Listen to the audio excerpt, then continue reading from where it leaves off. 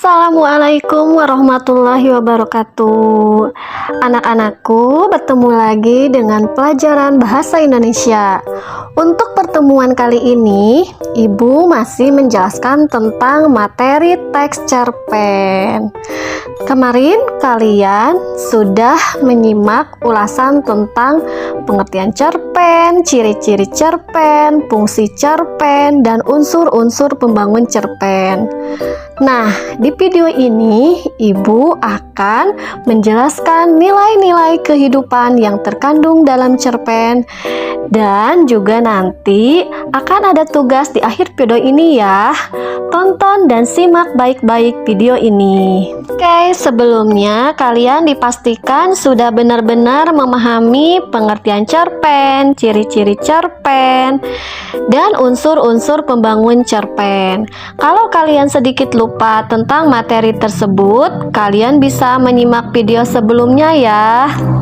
Nah, sekarang kita lanjut ke materi video kali ini ya, yaitu mengidentifikasi nilai-nilai kehidupan yang terkandung dalam kumpulan cerita pendek yang dibaca. Langsung saja kita ke tujuan pembelajaran kali ini. Tujuan pembelajaran pada pertemuan kali ini adalah yang pertama, kalian sebagai siswa diharapkan mampu menjelaskan nilai-nilai moral yang terdapat pada cerita pendek. Kemudian yang kedua, kalian sebagai siswa diharapkan menyebutkan nilai-nilai pendidikan yang terdapat dalam cerpen. Kemudian yang ketiga, kalian sebagai siswa diharapkan mampu menjelaskan nilai-nilai sosial yang terkandung dalam cerpen. Dan tujuan pembelajaran yang terakhir, kalian sebagai siswa diharapkan mampu menjelaskan nilai-nilai keagamaan yang terdapat dalam cerpen. Nilai dalam cerpen. Apa sih nilai kehidupan dalam cerpen itu? Nah, anak-anakku, nilai yang dimaksud ini adalah patokan-patokan atau norma yang berlaku di masyarakat. Ada satu set nilai yang terkandung dalam sebuah cerita pendek. Nilai-nilai tersebut sering berlaku dalam kehidupan bermasyarakat, mulai dari nilai agama, sosial, budaya, pendidikan, sampai pada nilai moral. Mari kita bahas satu persatu maksud dari semua nilai ini. Nilai-nilai dalam cerpen yang pertama itu ada nilai agama atau nilai religius. Nah, nilai ini bersumber dari ajaran agama tertentu berupa norma atau kaidah yang berlaku dalam agama. Para penulis cerpen memasukkan norma tersebut ke dalam rangkaian cerita yang diperankan oleh para tokohnya. Nah, cerpen religius adalah salah satu tema yang banyak digarap oleh para penulis. Nah, berikut ini contoh kutipan cerpen karya Sania Ferawati dengan judul Hijabmu Mahkotamu yang mengandung nilai-nilai agama. Nah, perhatikan ya. Untuk nilai kedua ada nilai sosial. Nilai sosial yaitu kumpulan nilai yang berlaku umum di masyarakat. Nilai ini mengatur pola hubungan atau interaksi sosial antar sesama masyarakat. Para penulis cerpen seringkali memasukkan nilai ini ke dalam rangkaian cerita yang ia tulis. Nah, berikut ini perhatikan contoh kutipan cerpen yang mengandung nilai sosial ya. Untuk nilai yang ketiga ada nilai pendidikan. Nilai pendidikan yaitu nilai yang menuntun manusia untuk selalu belajar, dari yang tidak tahu menjadi tahu, dari bodoh menjadi pintar. Nah, nilai ini berkaitan dengan pelajaran yang bisa dipetik dari lingkungan formal maupun non-formal. Nah, telah banyak ya cerpen yang mengangkat kisah tentang pendidikan ini. Nah, salah satu bukunya, coba kalian perhatikan contoh kutipan cerpen karya Sanusi Agus Sauci yang mengandung nilai pendidikan. Perhatikan ya contohnya. Untuk nilai selanjutnya ada nilai moral. Ya, nilai moral itu yaitu nilai yang berkaitan dengan tingkah laku, perangai, atau budi pekerti antar sesama manusia. Nah, cerita tentang moralitas termasuk salah satu tema favorit para penulis cerpen. Nah, berikut ini kalian perhatikan contoh kutipan cerpen yang mengandung nilai moral ya. Kemudian selanjutnya ada yang disebut dengan nilai budaya. Nilai budaya yaitu sekumpulan nilai yang sudah turun-temurun berlaku di masyarakat. Nilai ini telah mengakar kuat dan menjadi aturan adat budaya yang dipatuhi oleh masyarakat. Bisa dalam bentuk upacara maupun produk kebudayaan. Nah, kalian perhatikan ya contoh kutipan cerpen yang mengandung nilai budaya. Baiklah anak-anakku, sekarang ibu akan membacakan satu buah cerpen. Silahkan kalian simak secara baik-baik ya. Cerpen Sandal Jepit Merah, karya S. Rais. Senja memerah, langit sajikan semburat jingga yang berkobar di batas horizon. Sesaat lagi malam akan menebarkan keremangan yang membaur bersama napas kesunyian. Perlahan alam mulai melepaskan diri dari jeratan hari, seakan jemuh menimbun lelah. Bumi mulai meredupkan kehidupannya. Aroma sepi mulai menyebar ke setiap celah udara. Berbondong-bondong angin malam mulai menjalankan tugasnya menyelimuti semesta hitam. Malam pun menetas. Di salah satu sudut remang, seorang perempuan tua berselonjor di atas sebuah bangku bambu. Dipijatnya urat-urat kaki yang menegang akibat rutinitas melelahkan sehari ini. Kulit-kulit keriputnya seakan bicara tentang lelah yang telah menggunung, seperti tumpukan sampah yang ada di belakang gubuk reyotnya. Matanya layu dan redup. Sepasang mata itu digendong kantung mata kehitaman yang makin melebar. Sesekali dikedipkan dalam-dalam sebagai cara untuk memperjelas apa yang menghampar di hadapannya. Tetapi percuma saja, matanya telah tua setua perjalanan kepedihannya yang menahun, dan perempuan itu tak mampu lagi menikmati tarian kunang-kunang yang muncul sebagai teman dalam pekat malamnya. Sepasang sandal jepit tipis berwarna merah tergetak begitu saja di bawah bangku bambu. Sandal itu dihinggapi lubang di sana-sini. Tak hanya itu, sandal tua itu pun dihinggapi bercak-bercak kecoklatan, seperti darah yang mengering. Ya, darah. Bahkan di atas permukaan salah satu sandal itu masih terdapat darah segar. Darah itu bermuncrat dari kakinya. Di kakinya masih terdapat serpih pecahan kaca yang belum sempat dibersihkannya. Pecahan kaca yang tadinya berada di gundukan sampah belakang rumahnya itu telah bercampur dengan darah merah, darah yang terus menumpuk di atas sandal jepit merahnya. 5 tahun berlalu setelah Mamat mengawini perempuan itu dalam usia belia 15 tahun. Sebagai anak yatim piatu sebatang kara, perempuan itu tak mungkin menolak lamaran Mamat. Lelaki berumur 25 yang begitu sayang padanya. Dengan berbekal keterampilan di bidang bangunan, Mamat mampu membiayai hidupnya dan menyewa sepetak kamar di pinggiran kota. Kebahagiaannya makin lengkap setelah dari rahimnya lahir seorang anak sehat walaupun saat itu usianya baru 16. Anak laki-laki itu dinamainya Zainal Mutakin yang tumbuh sebagai anak yang pintar, cerdas, dan pandai bernyanyi.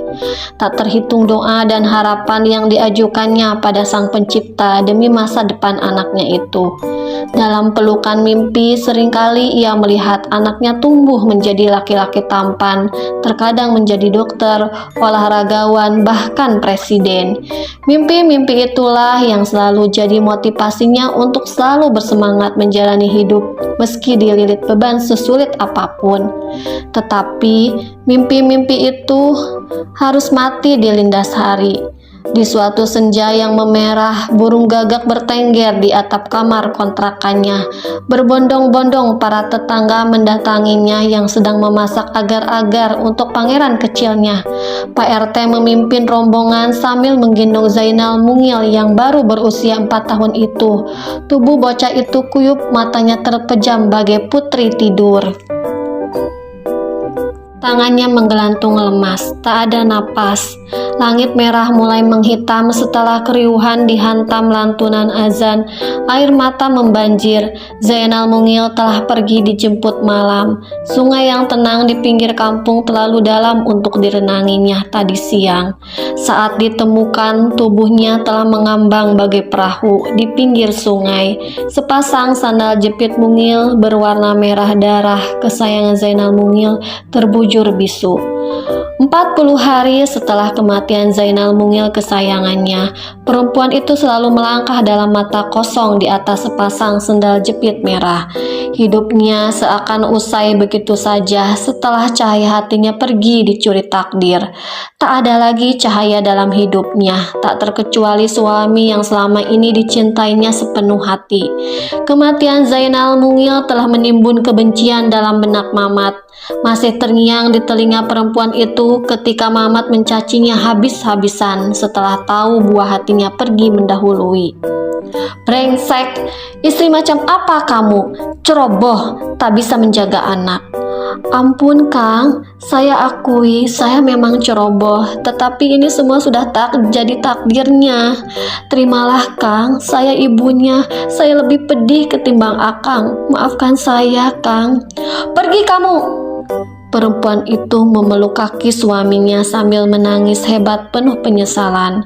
Tetapi tak ada ampun dari Mamat. Perempuan itu ditendangnya, kepalanya membentur dinding, tubuhnya tersungkur di atas sandal jepit merahnya.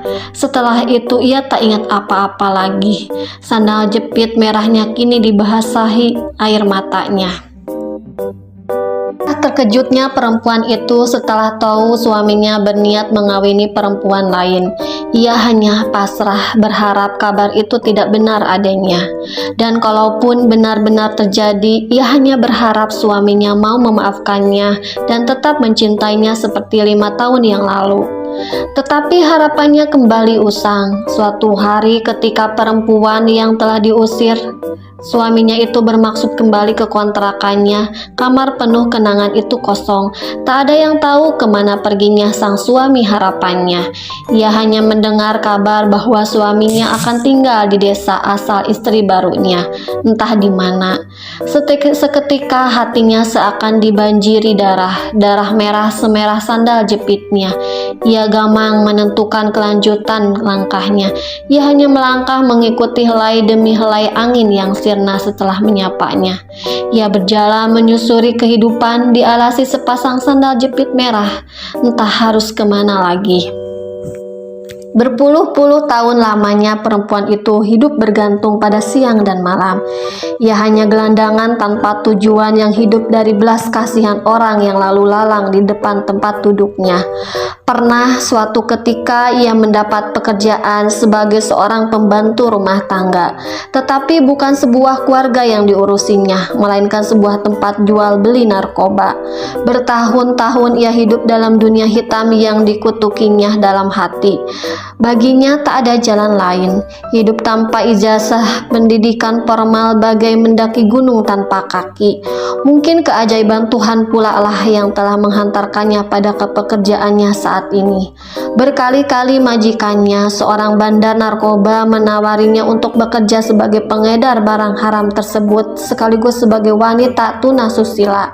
Tetapi ia bersikeras walaupun sebagai pembantu gajinya sangat kecil, ia tidak tertarik sedikit pun pada penghasilan yang lumayan besar seperti yang didapat oleh perempuan-perempuan cantik yang sering berkumpul di rumah majikannya.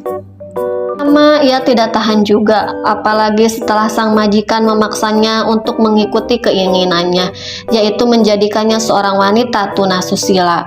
Ia bertahan dengan pendiriannya dan pergi meninggalkan istana penuh dosa itu. Dengan uang yang dikumpulkannya, ia membeli sebuah gubuk reot yang ada di sekitar tempat pembuangan sampah di kota lain. Disitulah ia memulai kehidupan barunya sebagai seorang pemungut paku bekas yang bersembunyi di tumpukan sampah yang menggunung, dan itu berlalu begitu saja berpuluh-puluh tahun lamanya. Malam masih menyajikan aroma kesunyian di sekitar gubuk reot itu. Bulan pucat memandanginya dari balik bayang awan hitam. Lampu tempel di dinding kini telah dihinggapi jelaga seiring dengan malam yang semakin tua. Perempuan itu membasuhi kaki kotornya dengan air dingin. Luka-luka mengering di telapak kakinya bagai prasasti yang menceritakan bagaimana kepedihan hidupnya selama ini, selama puluhan tahun. Seiring dengan pergantian waktu, sandal jepit merahnya yang dulu telah berkali-kali diganti dengan sandal jepit merah baru. Kini sandal jepit merahnya telah banyak dihinggapi lubang dan bercak darah karena tusukan beling dan paku berkarat, dan ia harus menggantinya dengan sandal jepit merah yang baru. Anak-anak, terima kasih telah menyimak cerpennya dengan baik. Nah, sekarang Ibu akan menjelaskan tugas yang harus kalian kerjakan. Semoga kalian bisa memahaminya ya. Nah, untuk tugas yang pertama, silahkan kalian jelaskan nilai-nilai moral yang terdapat pada cerpen Sandal Jepit Merah dengan disertai bukti pendukungnya ya. Lalu yang kedua, sebutkan nilai-nilai pendidikan yang terdapat dalam cerpen Sandal Jepit Merah dengan disertai bukti pendukungnya. Lalu yang ketiga, jelaskan nilai-nilai sosial yang terkandung dalam cerpen Sandal Jepit Merah dengan disertai bukti pendukungnya. Dan tugas yang keempat, tugas yang terakhir ya, jelaskan nilai-nilai keagamaan yang terdapat dalam Sandal Jepit Merah dengan disertai bukti pendukungnya. Nah, sekian video kita kali ini. Semoga kalian bisa memahami tugasnya. Selamat mengerjakan. Terima kasih.